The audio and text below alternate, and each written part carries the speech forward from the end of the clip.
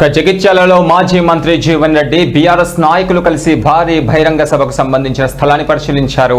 ఈ నెల 20వ తేదీన జగిత్యాల జిల్లా కేంద్రంలోని మోతే రోడ్డులో సుమారు 1,00,000 మందితో సభ నిర్వహించేందుకు ఏర్పాట్లు చేస్తున్నారు.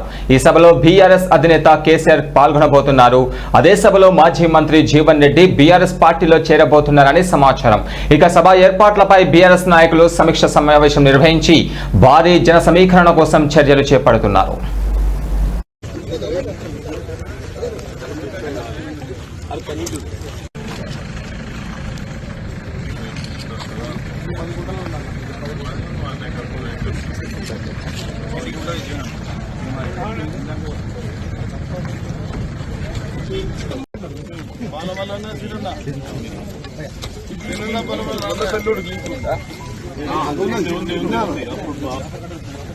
రోడ్